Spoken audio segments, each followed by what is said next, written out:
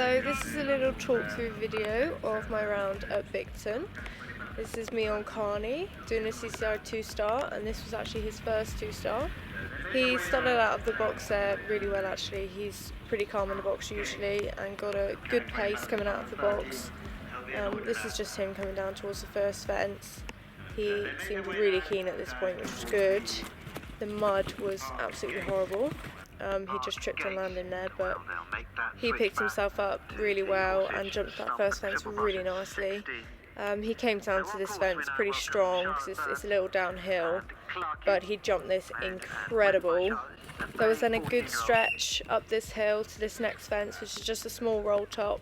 He got a bit keen coming through those woods. You can just hear me saying, "Whoa, buddy," just to bring him back to me. And then these two fences coming down the hill on a curve, he got perfect stride, jumped it fab. There was then quite a fair gallop down the hill to this next fence, which was absolutely massive, but he jumped it amazingly. Got a really nice photo over that. He listened, he was really good because he came quite fast down the hill. And then we're coming up to this first water, which is just this first fence, and then through the water. Again, he jumped it beautifully, listened to me perfectly. You can hear me there saying, "Good boy, well done," because he did amazingly through that. 2 years ago when he did his first novice here, we had a bit of a iffy moment at that water. It was exactly the same, but he jumped that fab this year.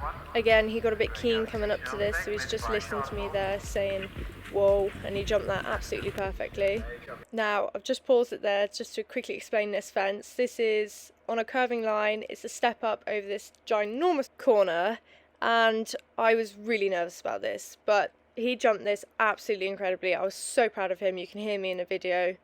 I was really nervous because I have a thing with corners, and when we first got him, he was a dressage horse. He'd done some low-level show jumping and the odd unaffiliated event here and there, but he never fully ever understood how to jump skinnies. He just didn't really understand what they were and how to jump them. So I worked so hard this year and last year and the year before that, trying to get him used to skinnies and trying to teach him how to properly jump them and to get his head around them. And throughout this year, we hadn't really been to an event where there was a skinny on the cross-country course. But we went to Monmouth Novice before this, and there were so many skinnies on that course, and he aced every single one of them. And he absolutely aced this fence as well, and got a bang-on perfect stride in the middle of this. So I was so proud of him, which you will see and hear my reaction when he jumped this. Yeah, that's so good! So after jumping that amazingly, he came down this hill very, very pleased with himself. So you can just hear me saying steady. It was very steep. He jumped this absolutely perfectly, perfect strides. Again, there's a skinny at the end of that, which I was so proud that he did. He jumped it so bravely. We just chilled out a bit coming towards this. It was quite big, but again, he jumped it beautifully. We're both getting a little bit tired now, coming towards the end. The mud, the rain, the weather. But again, he jumped this house absolutely perfect, spot on, perfect striding, and we headed towards this fence. So again, we did this fence 2 years ago and got a really dodgy stride to it. As you can see, it's a big log, it's got a big ditch underneath it. I actually said to him, "Buddy, you've done this before, you know, you can do it again." And as you can see there, he did get a bit of a dodgy stride again, but that's okay, he jumped it amazingly.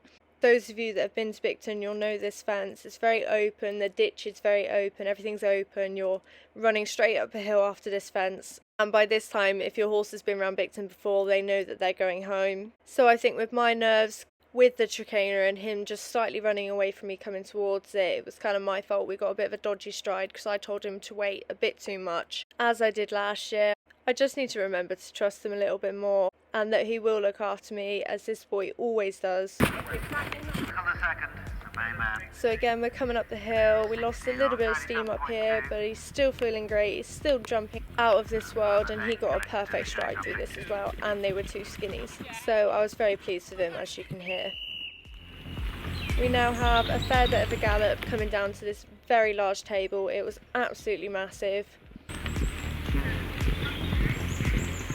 I was trying my best not to cut the corner off here, but we did get a little bit of a dodgy stride. We got a bit close to that, but he still listened and he still jumped it amazingly. Lucky JJ Nick Brooks, as I say. Now, I'm just going to pause it here a second because this is unfortunately where I had my fall.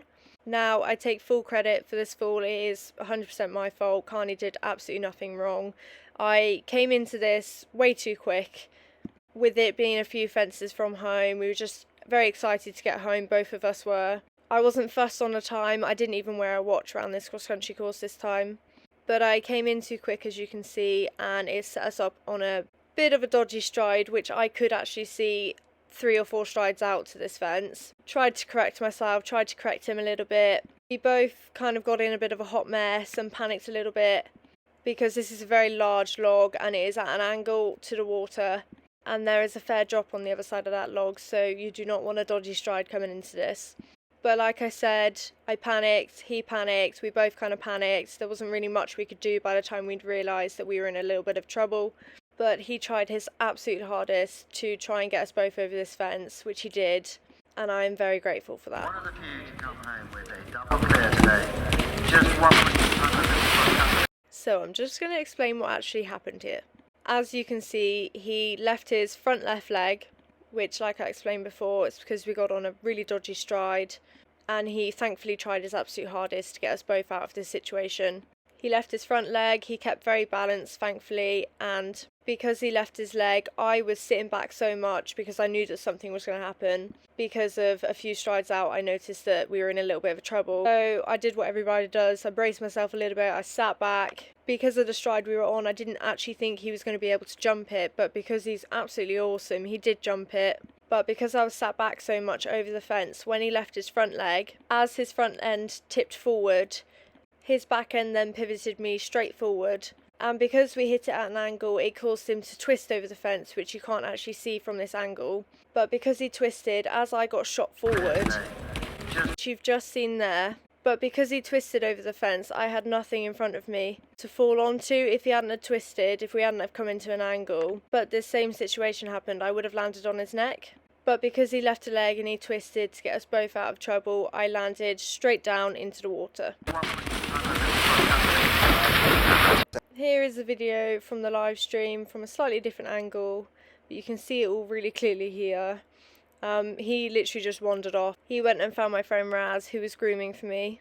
Thankfully he wasn't injured at all or phased. He got checked over by the lovely vets that were at Bicton. Me on the other hand, I got slightly winded. I needed to just sit there for a second, as you can see. The water is surprisingly deep when you're laying in it. Thankfully I was wearing my Hitter air jacket, which kept me afloat, and it also kept me nice and safe, as both me and Carney came away from this fall uninjured. And that's a wrap up of my CCI2 star Bicton round on Carney. I hope you enjoyed.